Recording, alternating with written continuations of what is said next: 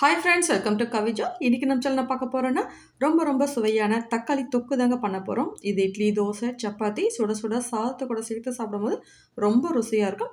இது சாம்பார் சாதம், ரசம் சாதம், தயிர் சாதத்தை கூட தொட்டுக்க ரொம்ப சூப்பரா இருக்கும். வாங்க ஃப்ரெண்ட்ஸ், வீடியோக்குள்ள போலாம். இந்த வீடியோ உங்களுக்கு பிடிச்சிருந்தா எனக்கு ஒரு லைக் கொடுங்க, ஷேர் பண்ணுங்க, கமெண்ட் பண்ணுங்க, சப்ஸ்கிரைப் பண்ணுங்க, பெல் பட்டனையும் கிளிக் பண்ணுங்க. நல்லா ரசிச்சு சமைச்சு நல்லா ருசிச்சு சாப்பிடுங்க. நன்றி. இதுக்கு தேவையான பொருளை நம்ம பார்த்துடலாம்.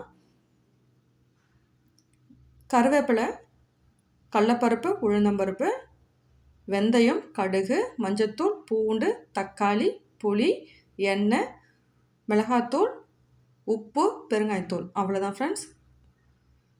இப்போ நம்ம அரை டீஸ்பூன் வெந்தயம், அரை டீஸ்பூன் கடுகு நல்லா செவக்க வறுத்து எடுத்துக்கணும்.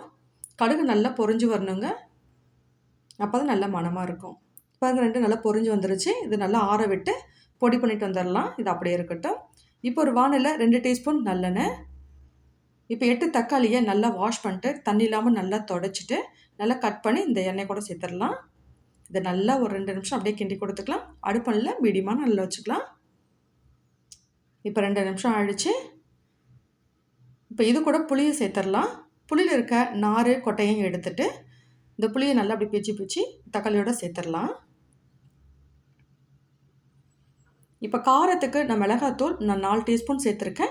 நீங்கள் நல்லா உரப்பாக சாப்பிட்றவங்களா இருந்தால் 5 டீஸ்பூன் இல்லை 5.5 டீஸ்பூன் கூட சேர்த்துக்கலாம். மஞ்சத்தூள் ஒரு 1/2 டீஸ்பூன்.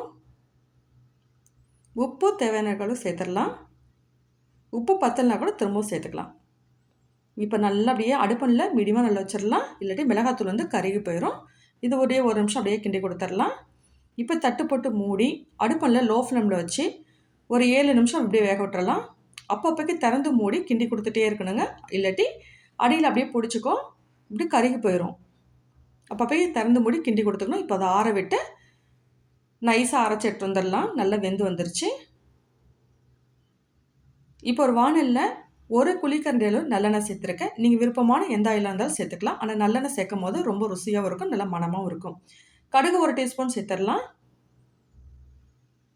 இப்போ கடலப்பருப்பு 2 டீஸ்பூன், உளுந்தம்பருப்பு 2 டீஸ்பூன் அதையும் சேர்த்துடலாம். இதை நல்லா செவந்து வரட்டும். கடுகு நல்லா பொரிஞ்சதுக்கப்புறம் தான் சேர்க்கணும், இல்லாட்டி சிறு கசப்பு வந்துடும். இப்போ 8 பல்லு பூண்டை அப்படியே சேர்த்துடலாம். சேர்த்துட்டு இது லைட்டாக அப்படி செவந்து வரணுங்க. அது வரைக்கும் நல்லா அப்படி கிண்டி கொடுத்துக்கலாம். இப்போ இது கூட 2 கொத்து கருவேப்பிலையும் சேர்த்துடலாம். கருவேப்பிலையும் நல்லா பொரிஞ்சு வரணும். இப்போ பூண்டு பாருங்கள், லைட்டாக நல்லா செவந்து வந்துருச்சு. இப்போ பெருங்காயத்தூள் நல்லா 1 டீஸ்பூன் சேர்த்துடலாம். தொக்கு நல்லா மணமாக இருக்கும்.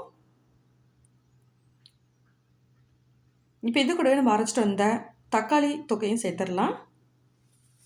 இப்போ தக்காளி விழுதையும் சேர்த்தாச்சு. தண்ணி எதுவுமே சேர்க்கக்கூடாது. கரண்டி வச்சு தான் நம்ம இதில் வலிச்சு கொடுக்கணும். கை வச்சு எதுவும் வலிக்கக்கூடாது, இல்லாட்டி தக்காளி தொக்கு சீக்கிரமாக கெட்டு போயிடும். இப்போ எல்லாம் வலிச்சு கொடுத்தாச்சு கரண்டியில். இப்போ அதெல்லாம் நல்லா அப்படியே கிண்டி கொடுத்துக்கலாம். ஒரு 2 நிமிஷம் மட்டும் கிண்டினா போதும்.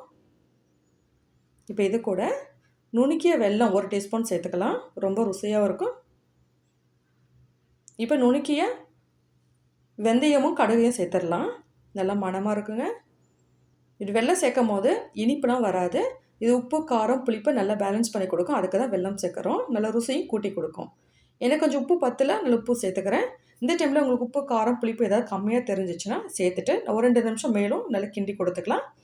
இப்போ பாருங்கள், எண்ணெய்லாம் நல்லா பிரிஞ்சு வந்துருச்சு. இப்போ ஸ்டவ் ஆஃப் பண்ணிடலாம். நல்லா ஆற விட்டு நல்லா ஏர்டைட் கண்டெய்னரில் போட்டு நல்லா 1 மாதம் வரைக்கும் நீங்கள் வெளியே வச்சுருந்து சாப்பிட்லாம். அப்படி இல்லாட்டி ஃப்ரிட்ஜில் வச்சுருந்து ஒரு 2 மாதம் வரைக்கும் நீங்கள் யூஸ் பண்ணலாம்.